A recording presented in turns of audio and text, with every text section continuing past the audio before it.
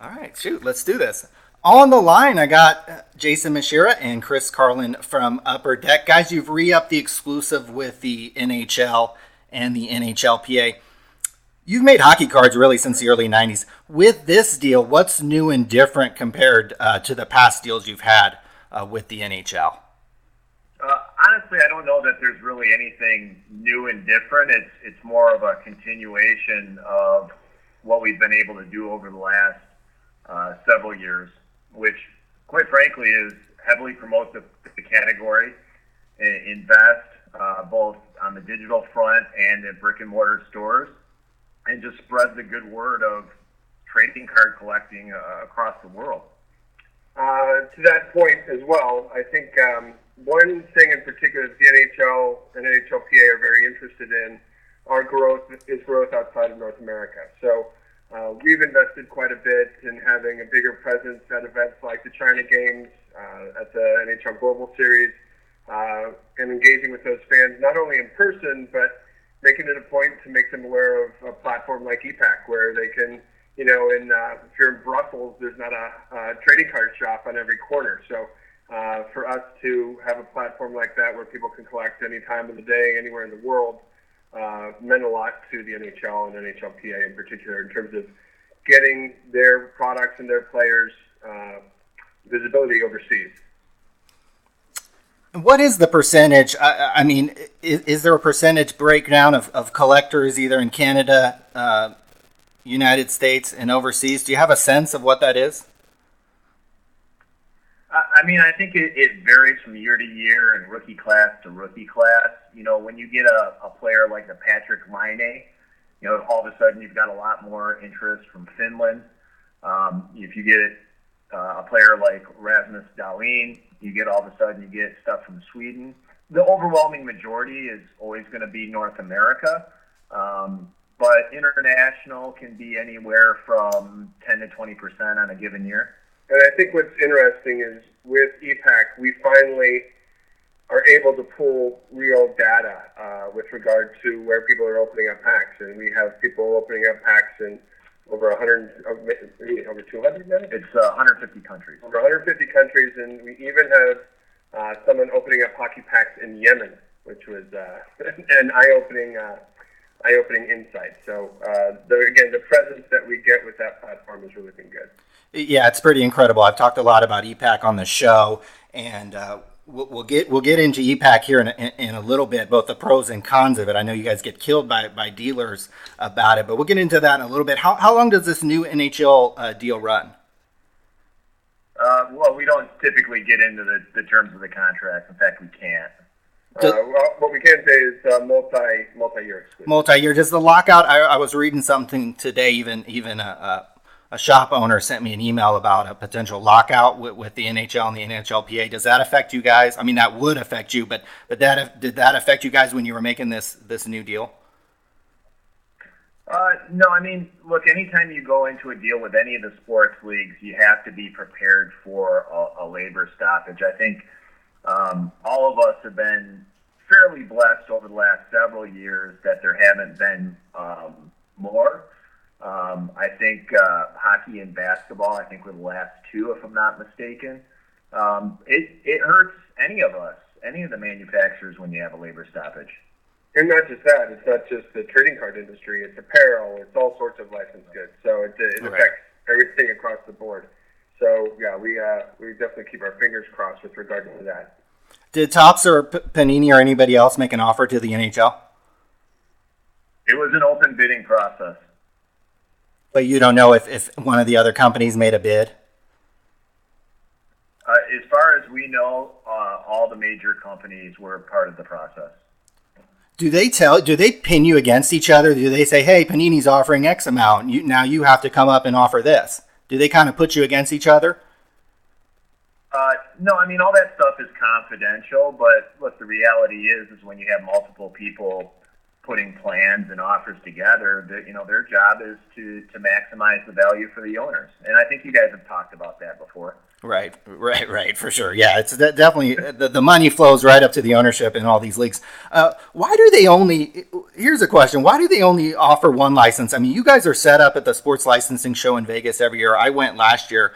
Panini's there. I mean, it's like the National. The room's filled with anything and everything sports license. I even went by the NBA table. They had this huge, like 4 pages of all the licenses they have of all the different products. You go to trading cards, there's one name. And I mean, you do that across all sports: hockey, baseball, basketball, football. Why is that? Why have they chosen to do that? Well, I think every licensor would probably give you different answers based on their business. I think one of the trends that you've seen in sports licensing in general is that in a lot of the categories, they've gone down to one licensee. But that trend changes over time. If you look at the NFL, they had an exclusive licensee for apparel, and the last bid process, they broke it into 6 categories and gave out multiple licenses across different manufacturers. So every licensor has different reasons and different things at any given time. I think the move to a lot more exclusives across categories in many cases was just a workload standpoint, right? Every licensee that you have creates more work for the licensors. I would guess that's the main reason, but again, everyone has a different reason. How many sets are in the new deal? How many sets can you make per year? Well, we have the flexibility on any given year to determine that, and I think what really separates us as a manufacturer is we really try to produce what we think the market will bear. So we change that. If you look, it changes any given year. I believe this year we're doing 18 total sets for 2018, 2019. If we get a hot rookie, we may bump it up a couple. It's kind of a mutual planning process on a year-to-year basis. And is that a decision that just you guys make, as in Upper Deck makes, or is that a collaborative decision with the NHL? Like, can they mandate? I mean, is there a minimum that you have to make? I mean, can you just make one set if you wanted to? Well, I think the nice part about the relationship that we have with the NHL and the NHLPA is, we submit a plan to them on a yearly basis of what we think the market will look like in the sets that we want to produce. And it's truly a collaborative effort. There is no mandate in this relationship, which is nice. Everybody that's involved is trying to do the right things for the market. Yeah, I think to that point, the NHL and NHLPA really do their due diligence in this process by talking to shops, by listening to feedback from collectors, by getting honest feedback from distributors with regard to just the overall products, how strong these brands are, do each of them have a reason for being, and they've done a great job with that. But with regard to the collaboration that occurs, it's not just with the NHL and NHLPA. We just last week we had some of our top shops and some of our distributors at a private event, not the CDD conference, it's a different one. Just going through the calendar, not just for this year, but for next year, and even talking about the year after that, to get ahead of planning and to be able to prepare and share those plans with the NHL and NHLPA for their feedback. Do you hear often from dealers and collectors that there are too many products, or they feel like there's too many? We don't anymore, and I think part of that is that we drastically put out less sets than the other sports. In fact, we get a little pushback that they'd like to see a couple new brands and experimental brands on a yearly basis, just to have something new and fresh in the calendar. But we don't get a lot of pushback on too many brands.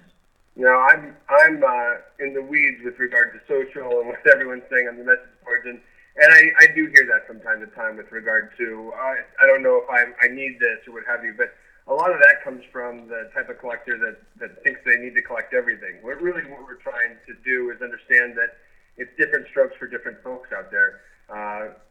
Everyone needs a product that they can kind of get behind and enjoy.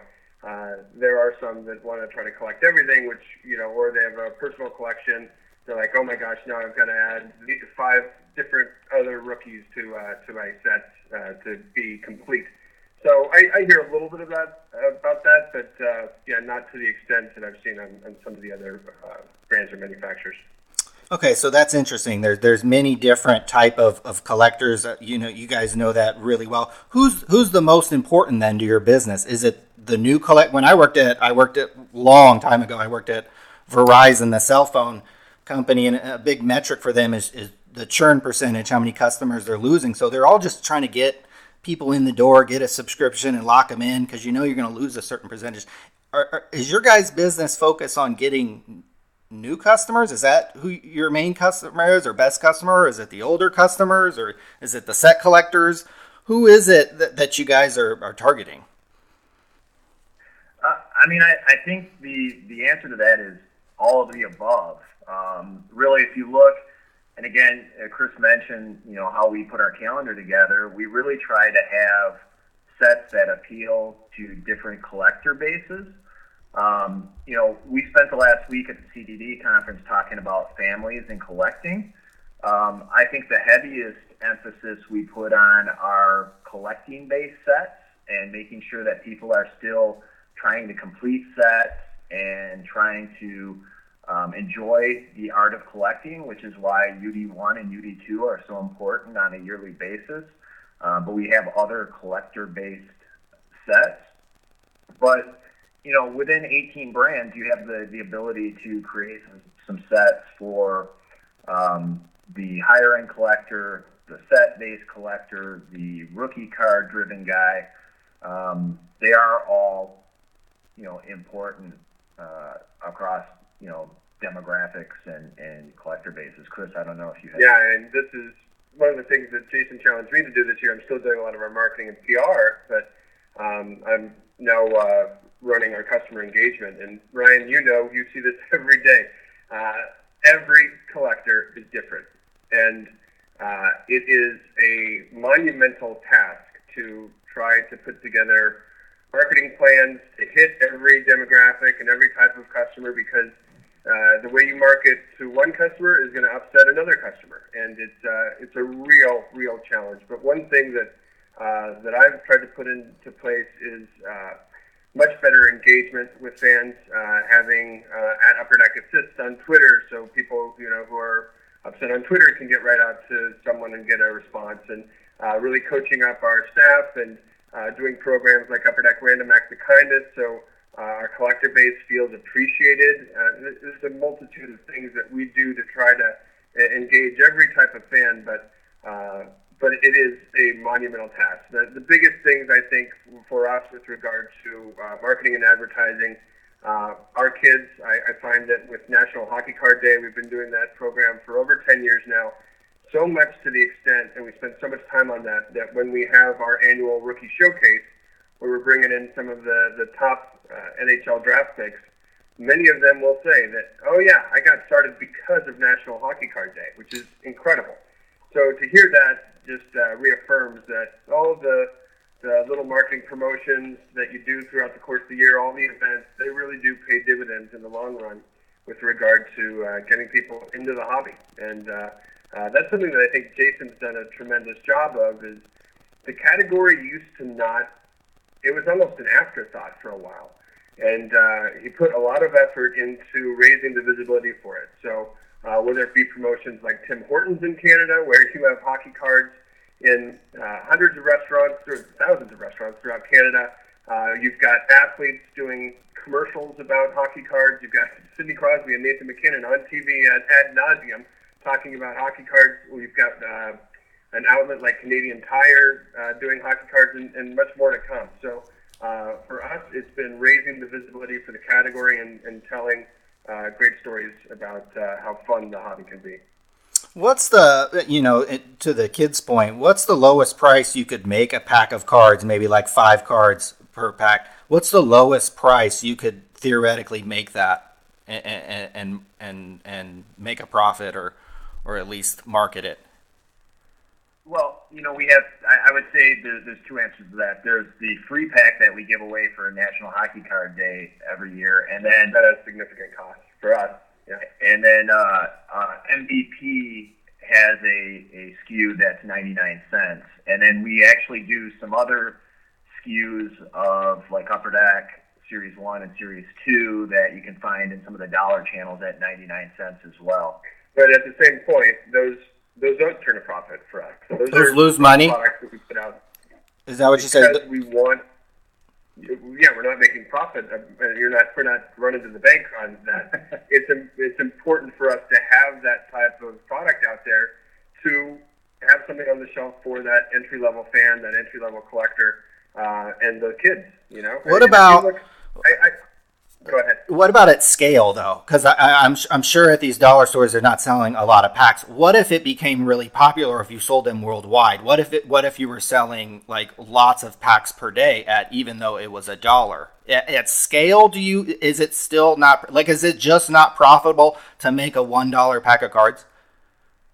Well, I think that's a model that we're not totally interested in because we want to make a collectible, right? And I think that. At some point, if you're going to mass produce these items, the market is very sensitive to that. And when you produce too much, people find out about it very quickly. And heck, our 2001 Golf is a great example of that. You know, when we had distribution all over the place, all over the world that wanted this product, but when the hobby realized how much was out there, it ceased to be a collectible, didn't it? So we are very sensitive to that, and it's just not a model that we have much interest in going at. Okay, so it's really hard. You know, I was reading an article the other day about the Panini soccer stickers, the World Cup ones. An employee from Panini, the global company, estimated that 1.5 million people actively collect the soccer stickers. Do you have a sense of how many active hockey collectors there are? No, I wish we did, honestly. You know, that thing is a global phenomenon, and they should be proud of it. You know, we'd like to think we have the same thing with hockey fans. We know there's millions and millions of hockey fans across the globe. We know a good percentage of them collect, but it's really hard to pinpoint that number and really put an estimate against it. You guys have been involved in the hobby a long time and across all the sports, not just hockey. Is the Canadian collector different than the American sports collector? Like, are there differences between the two countries? I don't know if it's really across countries. I would say it's across sports. I think you see some similarities between the hockey collector and the baseball collector. And the same with the football collector and the basketball collector.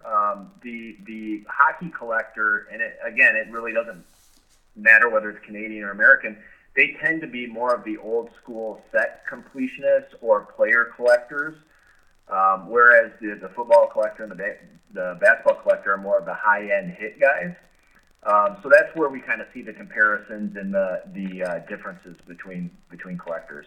Yeah, and I wouldn't say it's Canadian-American. I would say it's cold weather versus warm weather. And okay. What we really see is in cold weather markets that our products do very well because collecting cards it's an indoor hobby, right? So if you're snowed in, you're probably going to have interest in playing board games and checking out your hockey card collection. And if you're in Southern California and it's sunny, then you're going to be out and about a lot more and doing outdoor things. Let's go to e-Pack. It's a favorite thing to me to discuss on this show. I actually added it up before the show. I've spent $2,084 on e-Pack. I've made over 3,000 trades with collectors. Before we get into this Pack Wars thing that you guys have put on there, it's kind of unique. Dealers and distributors beat you guys up over this, or at least they have in the past. Brick and mortar and distributors. I've seen posts on Universal Distribution, a big Canada sports card distributor, telling shops that they need to resist this. Dealers, in my opinion, and distributors are holding this technology back. I think you guys are holding each other back. Here's an example of this. Jason, you did an interview for Digital Card Central. This is back in September 2016. Upper Deck does not advertise the e-Pack platform in any of our physical releases. We do not advertise the e-Pack platform at hobby-focused shows like the National Sports Collectors Convention or the Sports Card Memorabilia expos. You guys are both smart guys. The University of San Diego, I think, is close to where you guys are.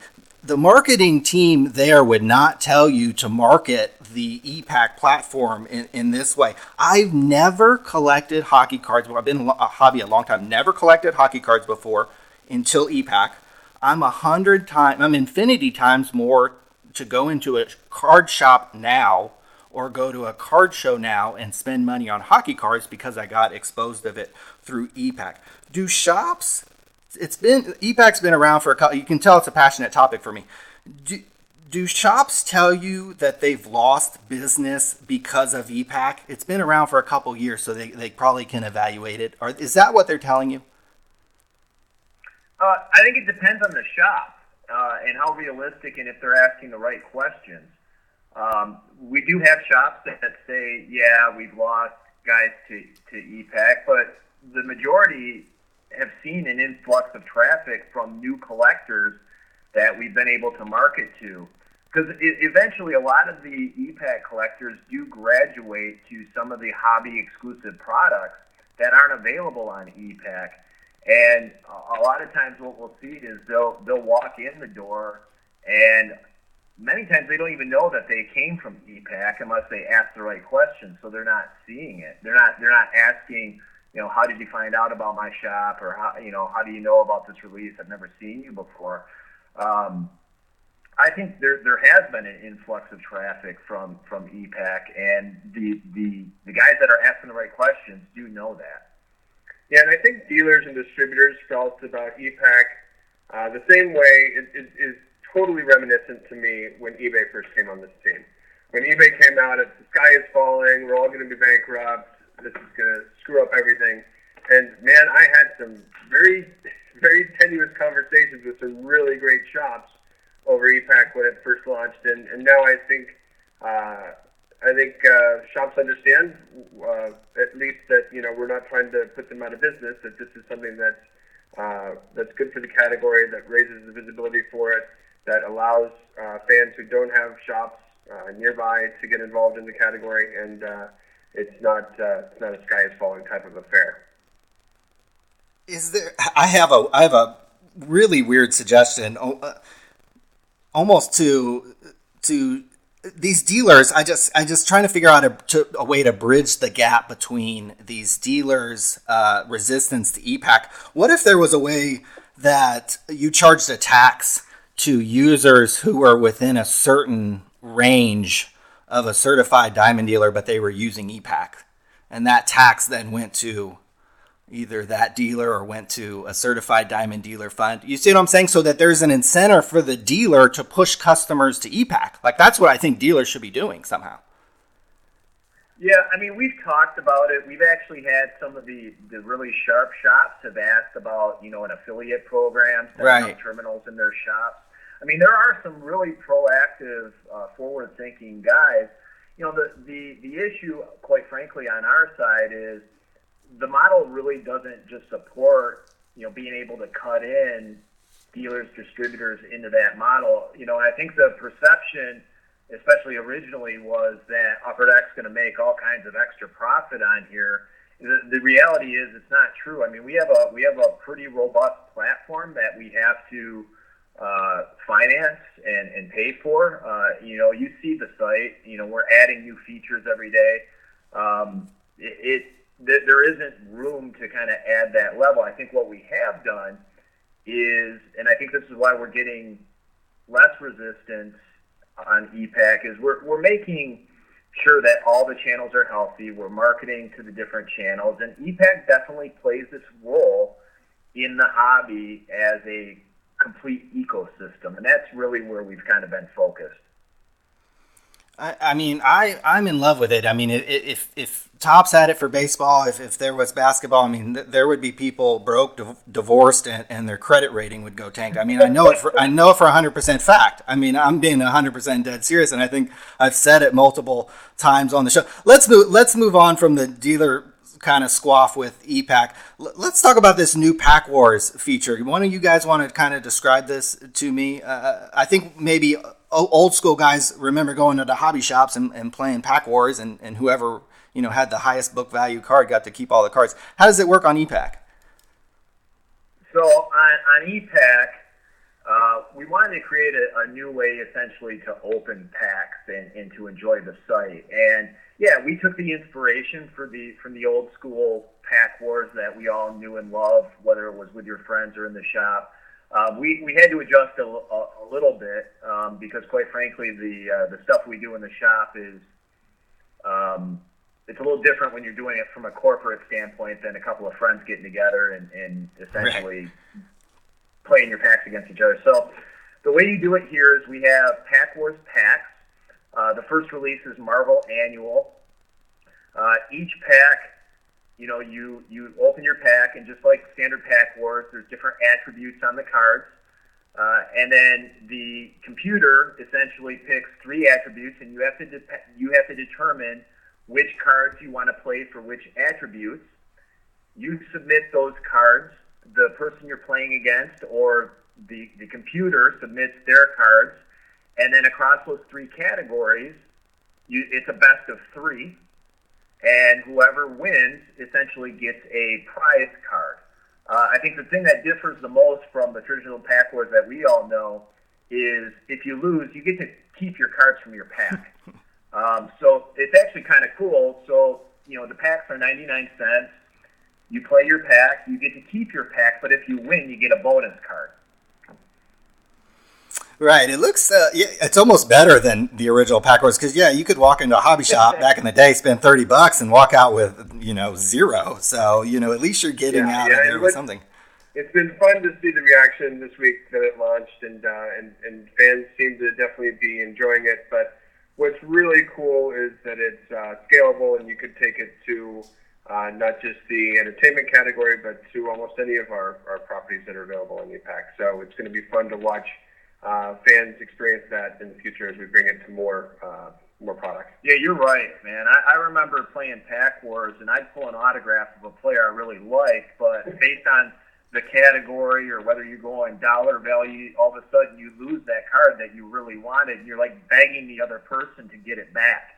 Oh, those are some of my earliest memories in the card shop, is just watching the older guys kind of battle it out on the $1.89 Upper Deck packs and some of the XPX packs on through there was like one card, $5 a pack. I can't remember when that was, but I just remember watching these guys just battle it out, and I was like, wow, this is like real life gambling. So here's a question. Why not just run automated? You guys are familiar with group breaks. Why not just run automated group breaks on ePack? I could just go through Upper Deck, boom, pick the Oilers, that's price per team, and then when it fills up, the break just automatically breaks and cards get dumped into my account. Yeah, I mean, we're just not ready to go there, and quite frankly, we are the one company that has an authorized group breaker program to make sure we have the right guys, the reputable guys who are doing group breaks represent Upper Deck in the proper fashion.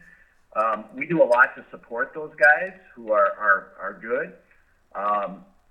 We're not ready to go there. We're still busy supporting these guys, and I think the other part of that is part of the reason that people like group breaks is they like the personalities of the guys doing the group breaks, and I'm just not ready to go hire a personality to be running group breaks. 7 days a week with these guys. These guys are talented. The good guys are really talented. They're really good at what they've done, and they've created a community. And right now, we're focused on supporting those guys. So you would never just hire, like you said, these group breakers are really popular, and it's in part because of their personality. So you would never just say, hey, because those guys break all the different brands. Well, hey, why don't you just come over here to Upper Deck and be on your live stream and just break Upper Deck all day as like a full-time Upper Deck breaker? You would never consider that or haven't considered that? I wouldn't say never. I hesitate to ever say the word never. I think, right now, like I said, it's part of the overall ecosystem. And we view ePack right now as a way to reach new collectors, to create community for collectors who don't have a local hobby shop. Because the reality is there's a lot of people that don't have a local hobby shop to go to. Or they have a local hobby shop and they don't carry Upper Deck. We have a few of those that exist, believe it or not. And maybe there's shops that don't carry specific products like Marvel or Alien or Clerks. This is a way for them to get access to that product. It's not an ecosystem that is built to compete with our hobby shops, our brick and mortar stores, our authorized group breakers. It's we try to view it as, how can we grow the overall category? And right now we see a very specific fit for how we position and how we utilize ZPAC. Okay, we're getting near the end here. I got a couple last questions for you. Did you know that Topps was being shopped for sale before the Bloomberg article that came out last year? This was probably about this time last year that came out. We hear the same rumors that everybody else does. I wouldn't say that we have any other inside information that goes beyond everybody else. Why wouldn't you guys buy Topps? You almost did in 2007.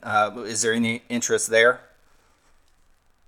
Look, we're always interested in having those conversations with people, whether it's Topps, Panini, anybody that makes sense with our business. So, we're always open to those type of things. What about licensing? I mean, you guys have the hugest athletes in the sport. What about licensing Jordan and LeBron to somebody who maybe has an NBA license or something like that? Have you ever thought about that?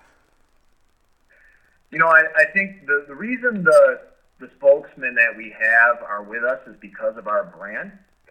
They believe in the Upper Deck brand. They understand that we're the most premium collectible company in the world. They're with us for a reason. It doesn't make sense for us to license them out to another brand at that point. Michael, LeBron, Tiger, Gretzky, Simmons, McDavid, Serena, Watt. These guys are all with us because of the Upper Deck brand.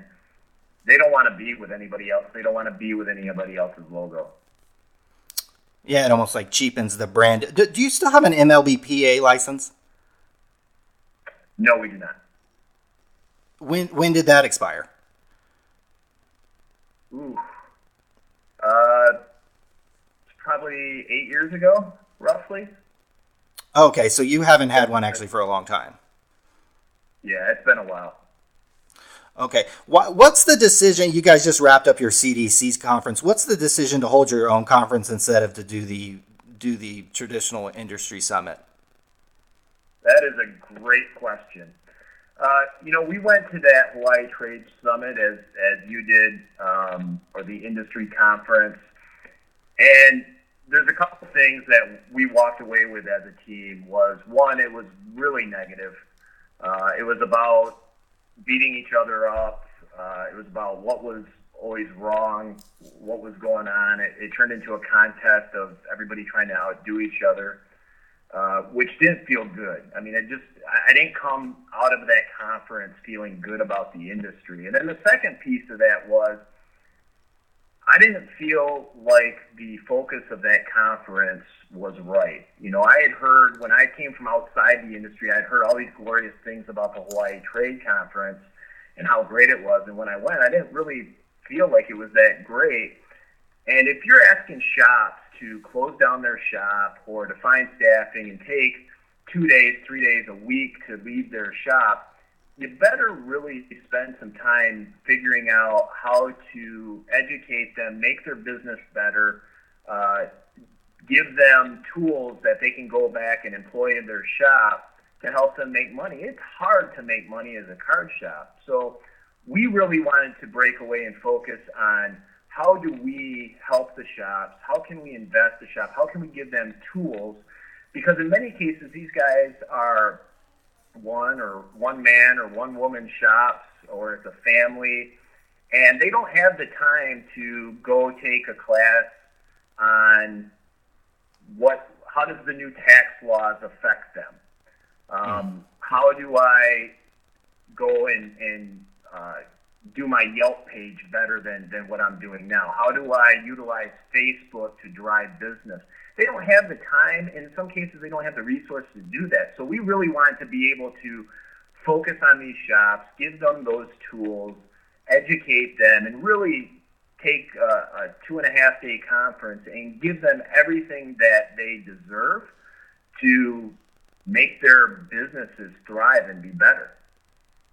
Yeah, I've heard a lot of good things about it. I know some group breakers that go. I know some shop owners that go. Actually, I don't know if I've ever heard anything bad about it. So heard a lot of good things about it. So I think you've made a wise decision there. Guys, we're out of time. It's probably the sun shining out there in California. Time to hit the road and maybe beat the traffic.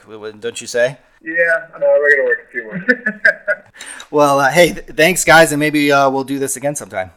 Yeah, no, I appreciate it. Enjoyed catching up, and we can definitely catch up again in the future. Appreciate it. Thanks so much, Ryan. We appreciate it. Thanks, guys.